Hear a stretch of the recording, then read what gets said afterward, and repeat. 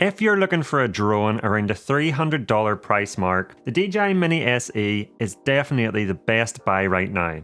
However, if you have a slightly larger budget and are looking to buy your first drone, should you skip the DJI Mini SE and jump straight into something like this, the DJI Mini 2? In this video, I'm going to go over the biggest differences between the two drones, the DJI Mini SE versus the DJI Mini 2.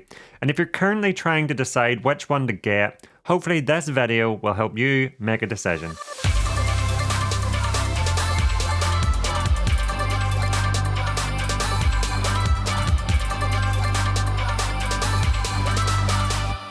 So before I get into this video and tell you the biggest differences between the DJI Mini SE and the DJI Mini 2, I just want to say, if you like this video and you learned something new, please make sure to hit the like button.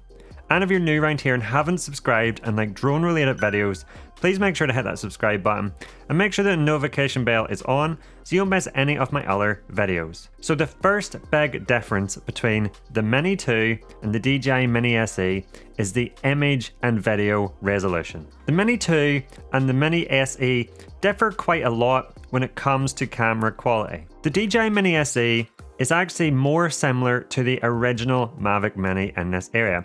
It can capture 2.7K video at 30 frames per second, and at 60 frames per second you can only record in 1080p, which for the $299 price point is absolutely fantastic, and to be quite honest, more than enough for a beginner flyer, especially if you're sharing the videos on something like Instagram, where the video is going to get compressed quite a bit anyway. The DJI Mini SE can also shoot 12 megapixel photos, but here's one of the most important differences. It can only shoot them in JPEG. It cannot shoot the photos in RAW.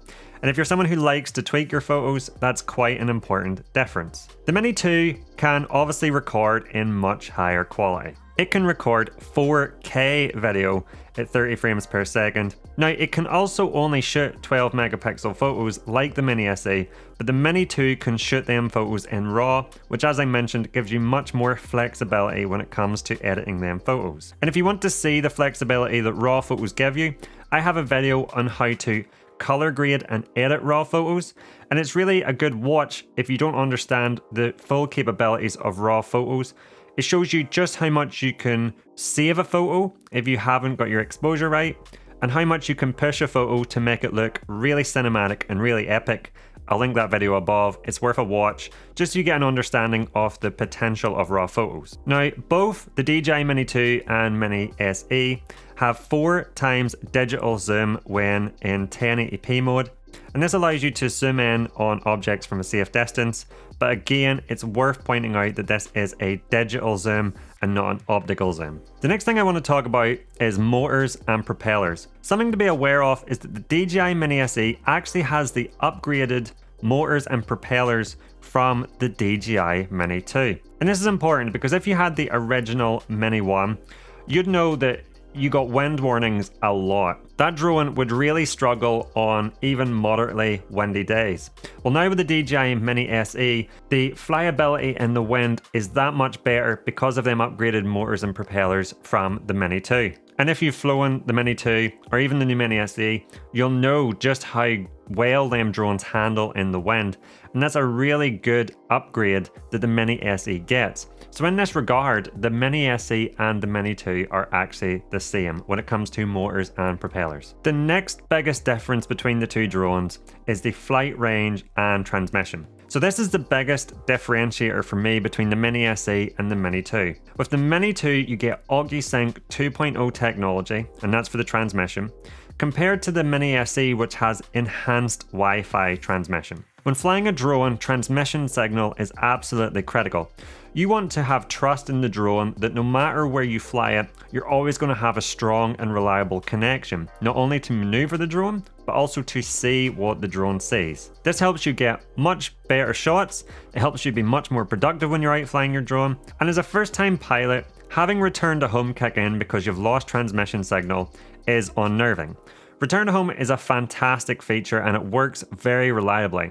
But you don't want to have return to home kicking in with a black screen on your phone, not really knowing what's happening with the drone the first time or the first couple of times you're out flying the drone. And so this is why transmission signal is critical, because you want a stable connection to your drone so that never really happens. So let's start with the DJI Mini SE. It comes with an enhanced Wi-Fi transmission signal, similar to the original Mavic Mini or even the first Mavic Air, and this gets you up to a 4-kilometer range. Now that's best case scenario, so you're talking somewhere nice and open with very few obstacles. If you're in somewhere a little more crowded, so maybe there's a lot of trees, then you're probably going to find that Wi-Fi transmission is going to be a little spotty at best. I've had multiple times with the Wi-Fi transmission where it would cut out, I would lose video signal to the drone so I couldn't see what the drone was seeing. And those are even in scenarios where the drone wasn't that far away. With the Wi-Fi transmission, I've lost connection within a couple of 100 meters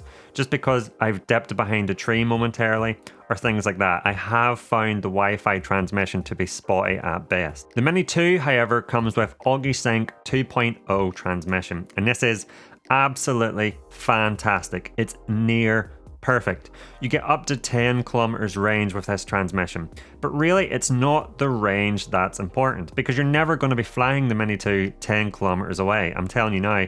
And if you do, not only are you outside of VLOS range, so it's not even technically legal to do that, but if you're 10 kilometers away with this drone, you're never going to be able to fly it back with the battery time on this drone. So it's not the transmission range that's important, it's the transmission quality. And here's what I mean. You want to know that if you momentarily dip behind a tree, that you're not going to lose connection. I've been flying the Mini 2 for ages now in all different scenarios. Forests where there's lots of trees, cliffy areas, mountainous areas, and it is so reliable and so perfect that I've pretty much never lost connection. It's extremely reliable and inspires confidence when you're out flying. So before you make a purchase, just think about where you're going to be flying your drone. If you're going to be flying it in large open areas, the DJI Mini SE will be absolutely perfect. If you're going to be out in more crowded landscapes like forests, difficult terrain, then really consider getting the DJI Mini 2 for that upgraded transmission. The next difference is in flight speed.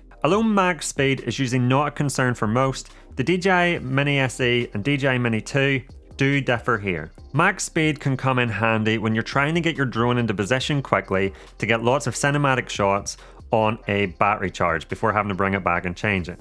The quicker you can get into the location, the quicker you can start recording. Now the difference here is small. The DJI Mini 2 can go at 16 meters per second in sport mode, whereas the Mini SE has a max flight speed of only 13 meters per second. The Mini SE flight speed is actually identical to the original Mavic Mini.